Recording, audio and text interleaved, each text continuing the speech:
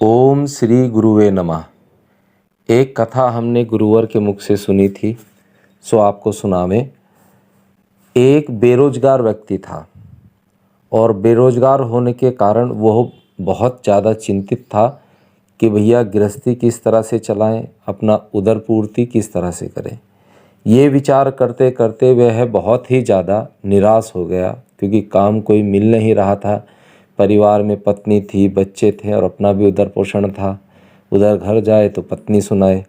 यही विचार करता करता वो इतना अतोत्साहित हो गया कि एक तालाब के किनारे जाकर बैठ गया, जहाँ उसने विचार किया कि एक पत्थर से अपने आप को बांधकर मैं आज इस तालाब में अपने आप को डुबा लूँगा।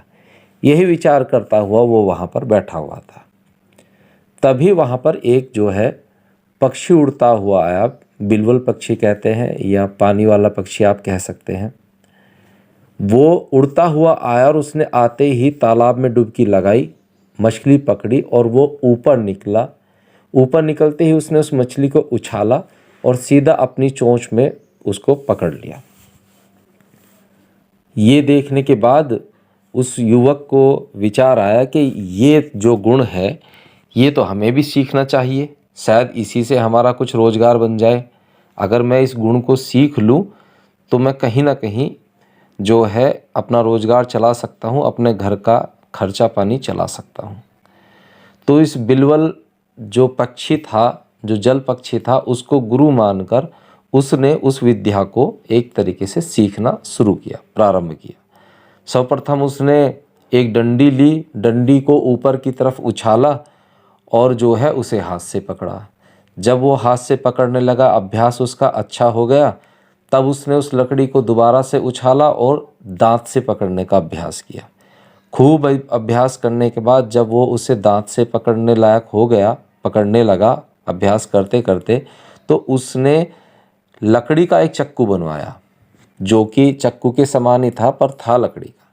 तो उसने फिर वो फेंक फेंक के दांत से पकड़ने की उसको चेष्टा की और वो उसमें अभ्यास करते करते सफल भी हो गया।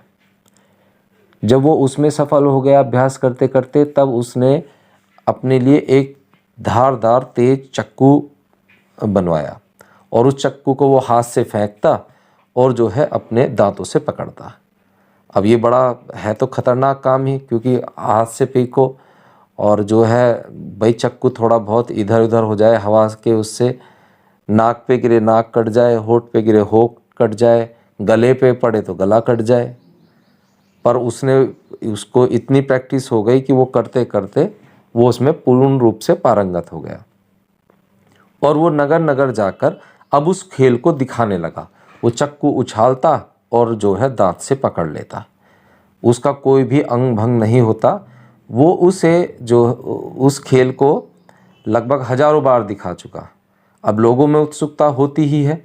तो एक सज्जन आए, उन्होंने पूछा कि भाई ये गुण तुमने कहाँ से सीखा? इस गुण को सीखने के लिए कौन तुम्हारा गुरु है या किससे तुमने सीखा है, वो हमें बताओ। तो वो जो युवक था वो बोला, भाई मैंने तो किसी से नहीं सीखा, मैंने तो खुद ही अभ्यास करते करते ये सीखा है। तो एक तरीके से तो उसने खुद ही सीखा था, पर उसने उस पक्षी को देखकर सीखा था, तो वहाँ गुरु भाव था। तो उस युवक ने गुरु तत्व का जो है तिरोहित कर दिया, गुरु तत्व को ख़त्म कर दिया कि ये तो मैंने अपने आप ही सीखा है, अभ्यास करते करते, किसी से मैंने सीखा नहीं है। वो जो सज्जन थे वो जो पूछ रहे थे, तो वो कहने लगे कि भाई चाहे इस लोक का ज्ञान हो या परलोक का ज्ञान हो, बिना गुरु के तो नहीं सीखा जा सकता, पर तुम कहते हो तो चलो कोई बात नहीं। तो उसने तो उस खेल को हजारों बार दिखाया था।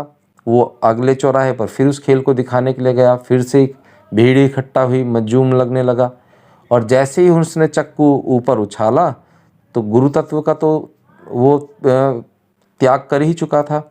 तो जैसे ही चक्कू ऊपर से नीचे आया, वो चक्कू उसके दांत में न फंसकर उसकी नाक पर गिरा और उससे उसकी नाक कट गई। अब इस कहानी का क्या अभिप्राय है? इस कहानी का अभिप्राय है कि कोई भी चीज़ हम जिससे सीखते हैं उसमें हमें गुरु भाव रखना चाहिए और उसको कभी भी उस तत्व को, गुरु तत्व को नहीं त्यागना चाहिए। यानी कि बचपन में हम अपनी माँ से कुछ सीखते हैं, हम प्रथम गुरु हमारी माँ होती है, फिर हमारे पिता होते हैं, हमारे गुरुजन होते हैं, मित्र होते हैं, कोई व्यक्ति हो सकता है, पेड़ हो सकते हैं, पशु पक्षी हो सकते हैं। तो सभी में गुरु तत्व होता है, उसका आदर करते हुए ही हम सीखते हैं, कोई अपने आप नहीं सीख सकता। तो गुरु तत्व का हमेशा आदर करना चाहिए। अगर आप आदर नहीं करेंगे तो भैया उसकी तो नाक कटनी ही कटनी है। तो आपको अपने गुरु का जो है हमेशा आदर करना चाहिए। नारायण।